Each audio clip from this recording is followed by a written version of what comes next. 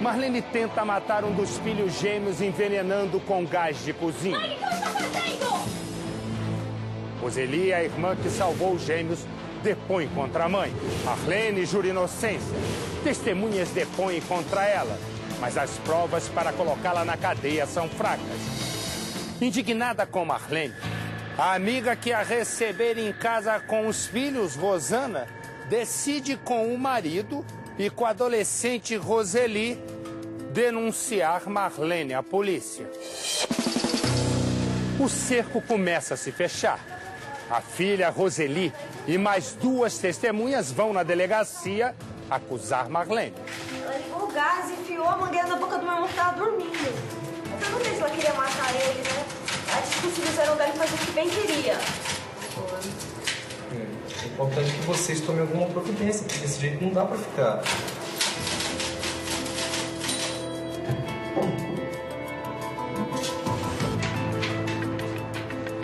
Doutor? Interessante esse caso. Uma mãe que tenta matar o próprio filho com gás de cozinha. Será que isso é mesmo verdade? Só o exame de corpo de delito vai poder determinar. A sorte de Marlene tem um sinônimo: incompetência da polícia. A perícia não é chamada para saber se Rafael tinha engolido o gás. E a perícia seria fundamental para comprovar a tentativa de assassinato. Nesse caso, precisaria coletar o sangue do Rafael e aí a gente, com o sangue do Rafael, a gente processaria essa amostra utilizando um outro equipamento, que é esse daqui, e a gente iria detectar essas substâncias, o propano, o butano, desde que o tempo transcorrido entre o fato e a coleta não fosse muito grande. Esse gás de botijão, ele contém butano e propano. Eles são asfixiantes simples. Esses gases, eles não interagem com nenhuma molécula do organismo do Rafael. Eles só diminuem a quantidade de oxigênio disponível. Então, quando a quantidade de gás desses gases é tamanha que ele vai ter 6% de oxigênio disponível naquele ambiente, aí ele vai a óbito. O exame para descobrir se existe vestígio de envenenamento no corpo do bebê acabou não sendo feito. Era uma prova a menos contra Marlene. 3 meses depois da tentativa de assassinato, a polícia decide chamar a principal testemunha de acusação, Roseli, a filha que salvou os gêmeos. Roseli acusa a mãe, que até então jura inocência. É a mentira frente a frente com a verdade. Muito bem. Me conte tudo o que aconteceu. Bom, doutor, acordei cedo naquele dia e fui lá pra fora tomar um ar. Aí eu vi alguns barulhos estranhos. Parecia que estava arrastando alguma coisa. Eu estava arrastando o botijão de gás. Eu ia vender para arranjar algum dinheiro. Eu não aguento mais viver naquela casa. Por isso eu resolvi mudar. Quando eu entrei em casa, a minha mãe estava com a mangueira do gás na mão. Ela ligou o gás e enfiou a mangueira na boca do meu irmão que estava dormindo. Não, doutor, eu não enfiei a mangueira na boca do meu filho. Isso não é verdade. A minha filha me viu com a mangueira porque eu disse, eu vou vender o botijão. Por isso eu tirei a mangueira. Quando eu entrei, eu perguntei se ela queria matar meu irmão. Ela disse que os filhos eram dela e fazer o que bem entendesse com eles. Inclusive matar os dois e depois se matar. Eu jamais faria mal aos meus filhos.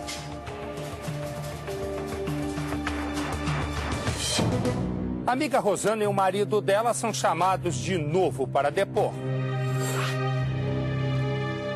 Naquela manhã eu estava lavando roupa, quando a Roseli chegou desesperada para me contar que a mãe tinha tentado matar as crianças com gás de cozinha.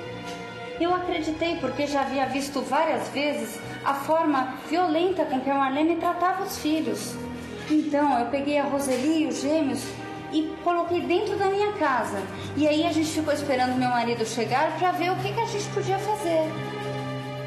Eu acabei de chegar em casa naquele dia e elas vieram me contar o que tinha acontecido. E eu fui falar com a Marlene pessoalmente.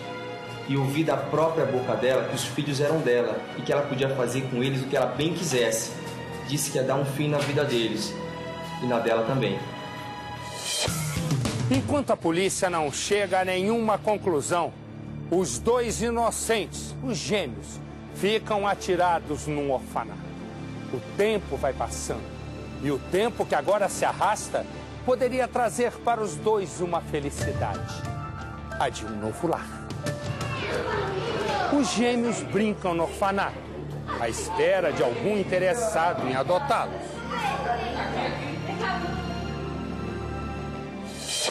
A polícia ainda tenta, com a ajuda de um psicólogo, ouvir as duas crianças, agora com 4 anos, mas elas ficam com medo. A psicóloga Daisy Franco Bernardi fala sobre os possíveis transtornos que podem marcar a vida dos gêmeos. É importante a gente ter claro isso. O fato de uma criança ter vivido uma situação de violência intrafamiliar a partir de uma pessoa que seria a fonte de cuidado e de proteção, gera muitas vezes na criança relações de muita confusão interna, né? Porque ao mesmo tempo que ela passa a temer aquela figura, ela também teve com aquela pessoa as suas relações de afeto. Então, esta vinculação, que é uma vinculação parental, ou seja, como é que eu estabeleço relações de identificação com a figura de proteção materna, ela passa para a criança a ser uma questão duvidosa, ou seja, há momentos de identificação e há momentos de contra-identificação. No orfanato, o destino dos gêmeos não muda.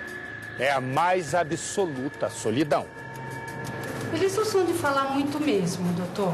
Mas eu me lembro que quando eu comecei a trabalhar lá no orfanato, e a Rafaela pegou mais confiança em mim, ela veio me contar que a mãe dela enfiou a mangueira de gás na boca dela. Rafaela? Mas não foi na boca de Rafael que Marlene enfiou a mangueira de gás, como disse a filha Roseli? Mais de 1 ano depois, Marlene, que respondia ao processo em liberdade, vai ao julgamento. Um julgamento que acaba adiado.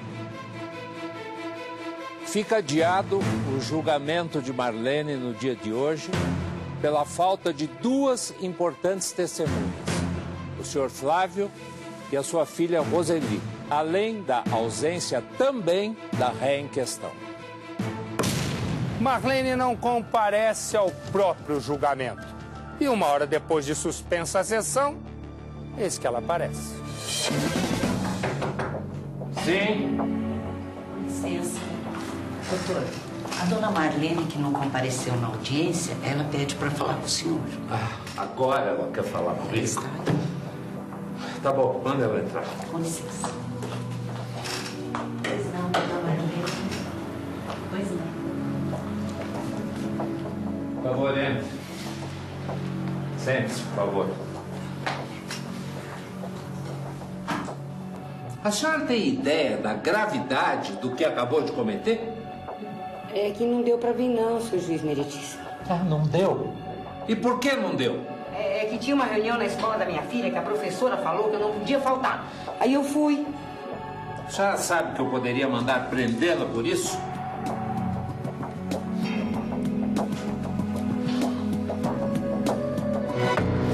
Pode prendê-la, mas não faz. Com o adiamento do julgamento, mais uma vez, os gêmeos são prejudicados. Eles só podem entrar na fila de adoção quando o caso tiver um veredito final, como manda a lei. O tempo passa. Os gêmeos crescem e nada de aparecer um interessado em adotá-los, nem brasileiro, nem estrangeiro.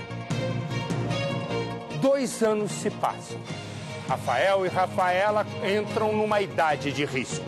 Aos 5 anos de idade, quase não aparece quem os queira. Mas uma data do julgamento é marcada. O juiz tem pressa, pois só assim os gêmeos podem ser adotados. Novamente me vejo obrigado a adiar esse julgamento pela falta da testemunha Roseli, porque não foi intimada para que aqui comparecesse. E também pela falta de um laudo médico de extrema importância para esse processo. Testemunha não intimada e um laudo que não chega. Um laudo que comprovaria a personalidade violenta de Marlene. O laudo confirma que 1 ano antes da tentativa de matar Rafael, Marlene agrediu violentamente a gêmea Rafaela. Enquanto as crianças esperam por uma nova vida no orfanato, o julgamento é mais uma vez adiado, cada hora por uma desculpa. Não temos a presença do advogado. Ele está ausente. A principal testemunha, a filha, também está ausente. E a carta precatória da testemunha Elaine da Silva Lourenço não retornou da Bahia, onde ela se encontra atualmente. Portanto, adia-se novamente esse julgamento. Mas uma questão iria atrapalhar o andamento do processo. Elaine, a babá do orfanato que acompanhou os gêmeos à delegacia, repentinamente muda-se para a Bahia. O juiz pede então para ela ser ouvida via carta precatória, que nada mais é do que um depoimento feito ao juiz local.